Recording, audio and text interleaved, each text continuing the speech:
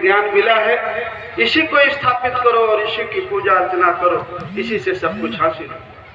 लगभग 300 सालों तक भगवान बुद्ध की मूर्ति नहीं लगी हमारे देश में, क्योंकि भगवान बुद्ध ने नहीं कहा था।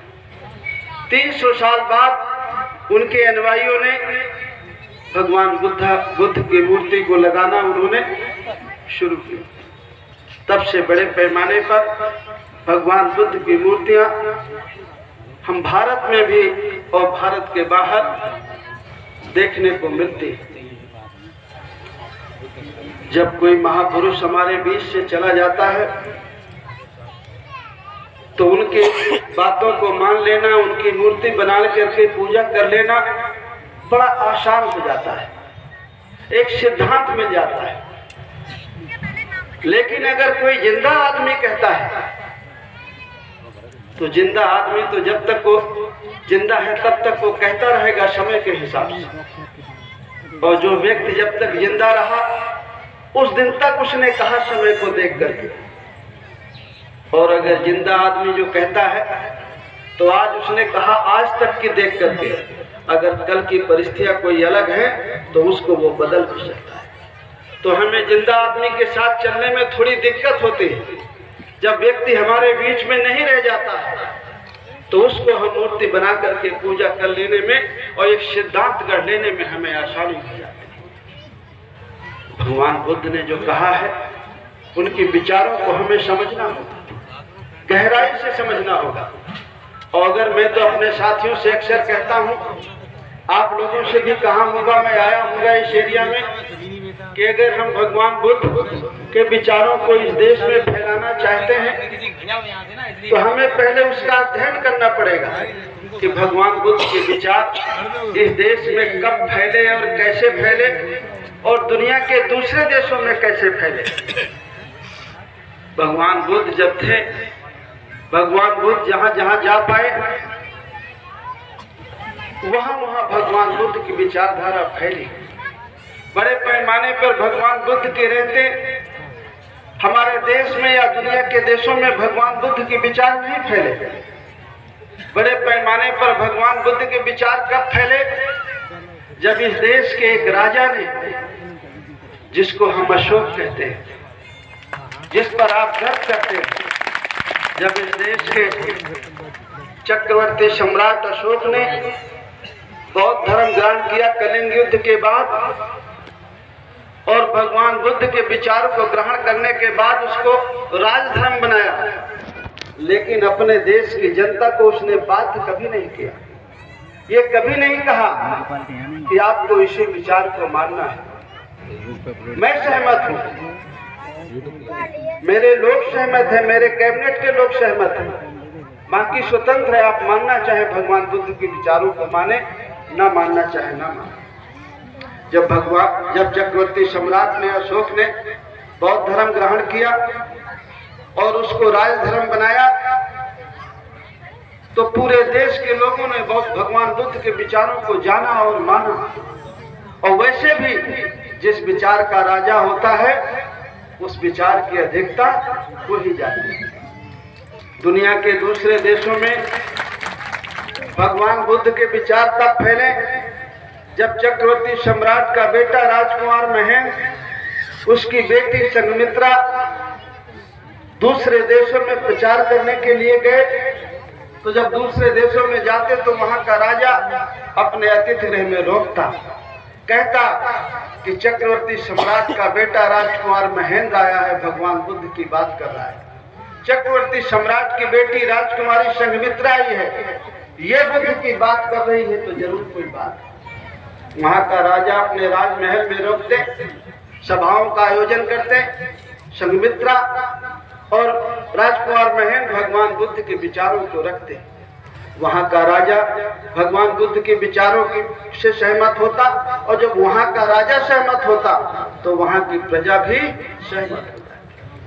भगवान बुद्ध के विचार तब फैले, आप इस बात को जरा ध्यान से समझिए, मेरी थोड़ी तौलिया लीजिए। भगवान बुद्ध के विचार तब फैले भारत में जब भारत के राजा ने बौद्ध धर्म ग्रहण किया और उसी राजा के प्रभाव से भगवान बुद्ध की विचारधारा भारत से बाहर दुनिया के दूसरे देशों में फैली। अगर आप चाहते हैं कि हमें भारत को विश्व गुरु बनाना है, भगवान बुद्ध की विचारधारा भारत में फैले, दुनिया के दूसरे देशों में फैले, ऐसा चाहते हैं कि नहीं चाहते हैं? अगर ऐसा चाहते हैं तो जहां अशोका था वहां आपको पहुंचना पड़ेगा। अशोका की जगह तक जाने के लिए जो चक्रवर्ती सम्राट था अशोका, भारत का राजा था, पहले राजा बनने के लिए तलवारें और बंदूकें चलती थी, लाखों सेनाएं मारी जाती थी, तब राजा बनता था। और जब से हमारे देश में लोकतंत्र आया तब से तलवारें और बंदूकें चलाने की जरूरत नहीं है, जिसको ज्यादा वोट मिल जाते हैं वो राजा बन जाता है।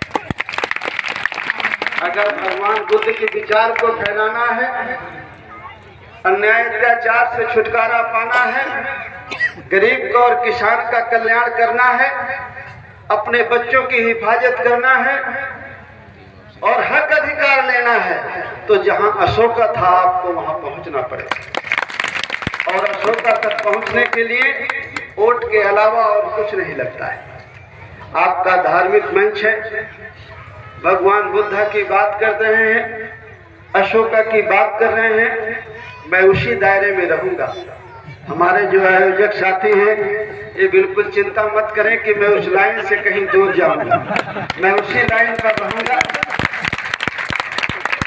लेकिन ये मेरा फर्ज है कि जब मैं आपके बीच में आया हूं तो जो कुछ मैं थोड़ी बहुत जानता हूं बुद्ध के बारे में या अशोक के बारे में या हमारे आपके बच्चों के उत्थान के बारे में, वो सही बात मैं आपसे कहूं, ये मेरी ड्यूटी भी है। इसलिए आपको ये समझना होगा कि अगर हमें बुद्ध का भारत बनाना है तो हम कैसे बना सकते हैं।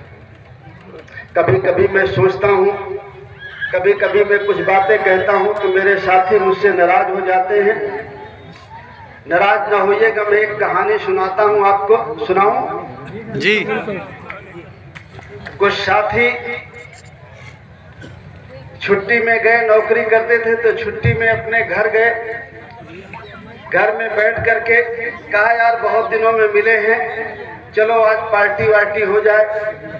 तो शाम को गए मधुशाला और सब लोगों ने बढ़िया शराब पी। मधुशाला का मतलब शराब से भर मत लीजिएगा।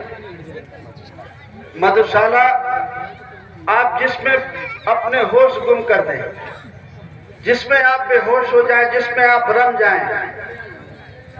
सब लोग बैठे, उन्होंने पी और पी करके जब थोड़ी उनको चढ़ गई तो उन्होंने कहा कि चलो शहर में चलते हैं नदी की तरफ। तो वो नदी की तरफ गए। शांत बैठिए बेटा। नदी की तरफ गए। इसको जरा बड़ा गंभीरता से समझना। शायद आप सब लोगों को और हमारे आयोजक साथियों को शायद कुछ कड़वी लगे और शायद समझ में आ जाए मेरी बात। तो नदी के किनारे गए तो उन्होंने देखा कि एक नाव खड़ी है। तो नाव में सब लोग चढ़ गए कि चलो चलते हैं, नदी में घूम के आते हैं, उस पार चलते हैं। तो नदी में सब लोग नाव में सब लोग बैठ गए और सब लोग बारी बारी से वो पतवार जो है चलाने लगे। एक थक जाता तो दूसरा चलाता, दूसरा थक जाता तो तीसरा चलाता और चलाते रहे पतवार। और जब लगभग 2 बजा तो थोड़ा सा उतरी शराब जो उन्होंने पी रखी थी, तो थोड़ा नशा उनका कम हुआ। तो जब नशा कम हुआ, जैसे बहुत सारी शराब हम लोगों ने पी रखी है कि हमें समाज का उत्थान करना है, कोई किसी तरह की शराब पी रखा है, कोई किसी तरह का शराब पी रखा है। आप मेरी बात को समझिए। तो फिर जब थोड़ी शराब उतरी, उन्होंने तो सही सही पी रखी थी। तो जब 2 बजा और 3 बजा तो उतरी, कहा यार रुको देख तो लें कि कहाँ तक पहुंचे, अभी कितनी दूर है, उस पार किनारा कितनी दूर है। तो एक ने कहा रुक जाओ मैं देखता हूँ। तो एक ने देखा और उसने कहा घबराओ मत, कहीं नहीं पहुंचे हैं। तो उन्होंने कहा क्यों नहीं पहुंचे, हमने तो रात भर पतवार चलाई। तो उन्होंने कहा कि पाल हमने खोला नहीं है, जो रस्सी से बंधी रहती है ना उसको तो हमने खोला, वो तो रस्सी से बंधी रही है, हम रात भर चलाते रहे। तो अगर नाव चलाना है, उस पार जाना है, तो रस्सी खोल के नाव में बैठो और चलाओ।